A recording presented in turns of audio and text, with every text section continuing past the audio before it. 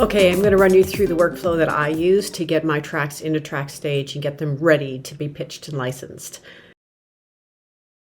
First, I'm going to do a little shortcut here that'll help you out too. If you go to your TrackStage folder on your hard drive, right-click it and just do a make alias and pull that onto your desktop. It makes life a lot easier when you are bringing your files over. So you'll see I've got my Cubase folder set up here, or an alias to my Cubase folder on an external hard drive. So I'm going to go in here and I'm going to find the song that I'm looking for. This. And I'm looking for Quarantine Masters, exported audio files. You see, okay, I've got my AIFs here. They don't have any metadata on them. They're just finished. They are fully mixed, mastered, produced, ready to go, ready for prime time. So what I'm going to do is I'm going to go into my TrackStage folder. Get a little easier here. I'm going to right click, click new folder, and I'm going to say, okay, we're going to put Quarantine in here. Now I could just drag the whole folder over as is, but just for the sake of my own file keeping, I like to keep these separate. So I'm just going to select all of these, drag them over. And for me, I also like to have my stems in my TrackStage catalog. Again, it's a personal preference. I like to see which of my tracks have the stems already made and which ones I might have to make in a pinch if a call comes in from a music editor. So I'm going to go over and I'm going to bring all of my stems in as well. So copy, just drag. So a little benefit to the way I do things here is that because I have all of my music on an external hard drive, as you can see, I have my TrackStage folder on my computer hard drive, not on an external, and that way I'm kind of making a backup. I know that whenever I want to pitch something, it's going to come from direct from my computer versus having to go off onto a separate hard drive. You can have dozens of hard drives, but if you're just bringing all of your tracks onto your computer, they're all going to be centrally located for you to be able to pitch. And that's where I keep my connections to TrackStage, is through my actual computer hard drive versus one of my externals. Now that I've got those in there, I'm going to go over to TrackStage.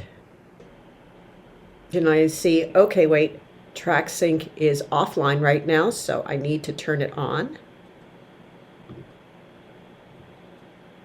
And as soon as it turns on, now it's going to see that there have been changes to the TrackStage folder and it's going to start to process those tracks.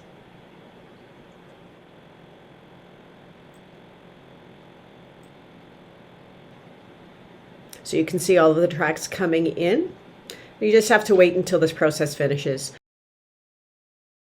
Okay, so now that I've got my tracks into TrackStage, now I'm going to select my primary track and then I'm going to link the alternate and stem versions to that primary track. So first things first, we find our primary, and this quarantine.aiff is my primary. So I come over here, I mark that. Now I want to select all of the stems and alternates that go with it. So I can just shift and click. And then I'll go over here to link tracks. Link. Okay. And let TrackStage do its thing. And now you can see all of the tracks are now neatly folded up into the primary version of that track, so I don't have to see all of them every time I open up my TrackStage account. Okay, so now that I've got these linked, I now want to specify which of them are alternates and which of them are stems. So to do that, I just click away. These are the alternates.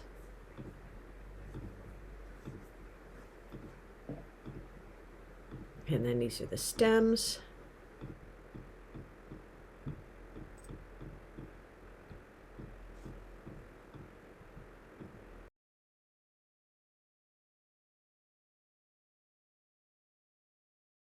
So now that those are all flagged and ready to go, now it's time to go ahead and start to fill out the metadata information on the primary track. So to do that, I double click and just start entering.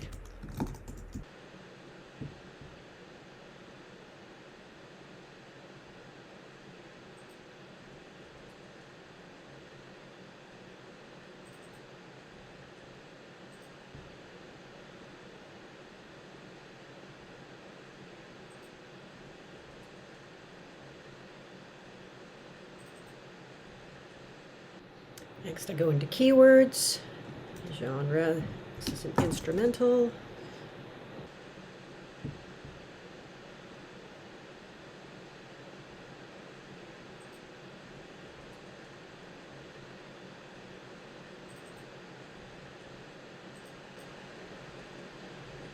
It's an instrumental, so we don't have any lyrics.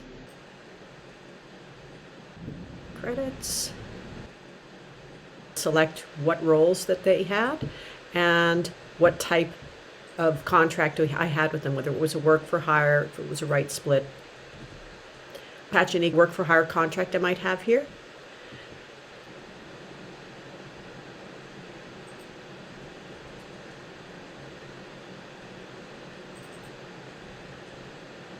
If I was sharing a percentage of the song as far as the master or the writing splits are concerned, I'd put them in here.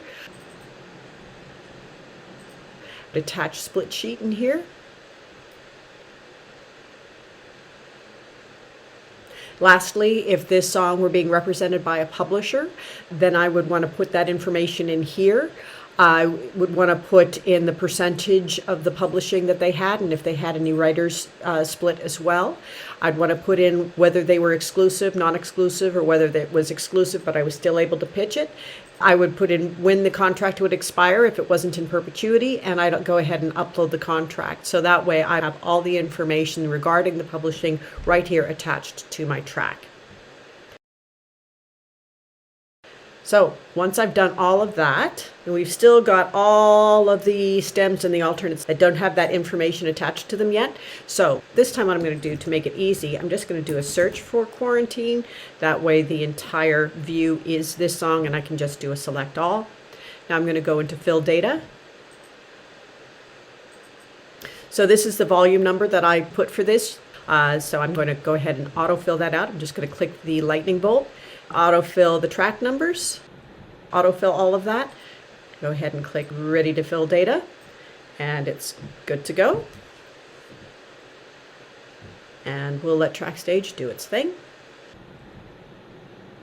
Now all of them are orange. Let's take care of the tagging portion. Just shift and click. We're going to come over here to tag files. Double check to make sure these have the information on them that you want to see when the audio files are tagged. Click ready to tag.